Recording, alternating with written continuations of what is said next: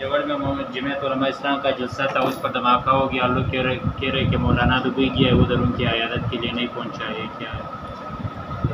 دیکھیں لوگ کیا نہیں کہتے.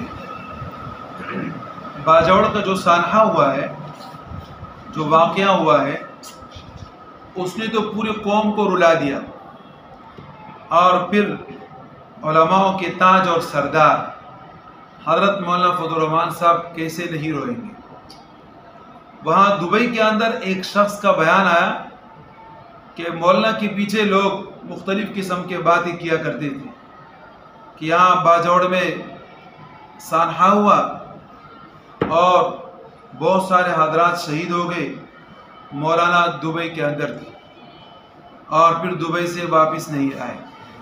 یہ لوگ ویسے بولتے ہیں اس لیے کہ مولانا کو تو معلوم نہیں تھا کہ باجوڑ کے اندر سانحہ ہوگا، یا معلوم تھا؟ معلوم تو نہیں تھا. اس سے پہلے دبئی چلے گئے. جب چلے گئے ایئرپورٹ کے اندر ہی تھے کہ وہاں کے لوگوں نے یہ خبر دی کہ ہم مولانا کے استقبال اور انتظار میں کھڑے تھے، لیکن 3-4 گھنٹے گزرنے کے بعد بھی مولانا ایئرپورٹ سے باہر نہیں آئے. پھر اس کے بعد ہمیں خبر ہوئی کہ مولانا واپس پاکستان جا رہے ہیں اور مولانا یہ بتا رہے ہیں کہ وہاں میرے بچے شہید ہو چکے ہیں. اور پھر جب ہم نے مولانا کو دور سے دیکھا تو انہوں نے اپنا رومال اٹھایا اور اپنے چہرے کے اوپر رکھا اور رو رہے تھے.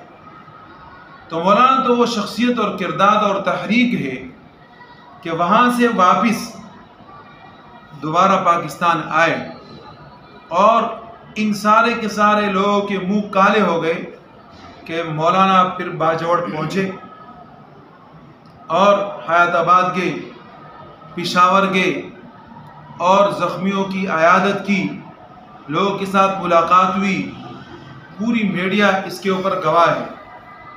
اور پھر عظمت اور شان ان شہداء اور غازیوں کی ہے.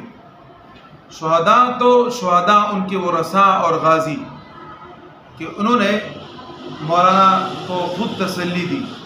مولانا ان کی عیادت کے لیے گئے اور ان مریضوں نے مولانا کو چوما. خود وینٹیلیٹر کے اوپر ہے، مولانا کو ایسے قریب کیا مریضوں نے جو زخمی تھے اور مولانا کو چوما. کسی نے مولانا کا ماتھا چوما، کسی نے مولانا کا ہاتھ چوما، اور ساتھ میں وہ زخمی یہ کہہ رہے تھے کہ ہمیں کسی قسم کی کوئی پریشانی نہیں ہے، بلکہ پہلے بھی ہم آپ کا ساتھ دے رہے تھے اور ابھی بھی ہم آپ کا ساتھ دیں گے، اور ہمیں اس کے اوپر فخر ہے کہ اللہ رب العزت نے ہمارے خون کو اپنی بارگاہ میں قبول اور منظور کیا ہے. تو اگر آپ دیکھیں تو مولانا نے کیا فرمایا اس کے بعد جب باہر آئے، فرمانے لگے کہ میں تو ان کو تسلی دینے کے لیے گیا تھا، الٹا انہوں نے مجھے تسلی دی. اور مولانا کے وہ الفاظ تھے کہ جب وہ الفاظ اپنی زبان سے ادا کر رہے تھے تو ساتھ میں رو بھی رہے تھے.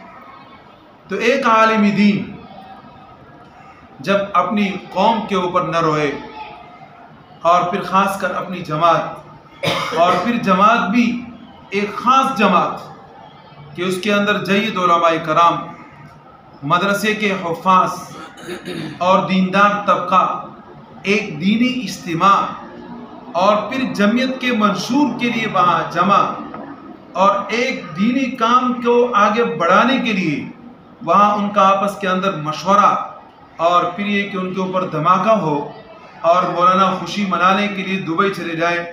یہ وہ لوگ ہیں کہ جن کا کردار علماء کو بدنام کرنے کا ہے، اور ایسی معمولی باتوں کو اٹھا کے مولانا اور علماء اور خاص کر جمعیت علماء اسلام کی بدنامی کرتے ہیں.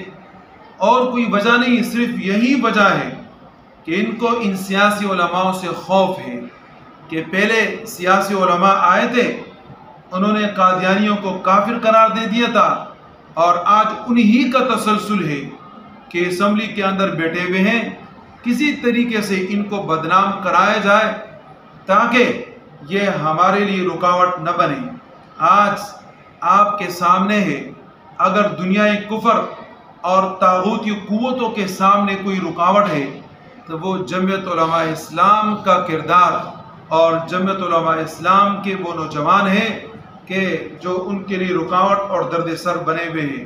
اگر ایسا نہ ہوتا تو آج ان کے لیے کیا سے کیا کچھ آسائشیں ہوتی اور سہولیات ان کو میسر آتے، لیکن ایسا کچھ بھی نہیں، اس لیے کہ جو طاغوتی قوتیں دیگر لوگوں کو آگے لانا چاہتی ہے وہ انہی علماء کے کردار سے خائف ہے اور خوفزدہ ہے۔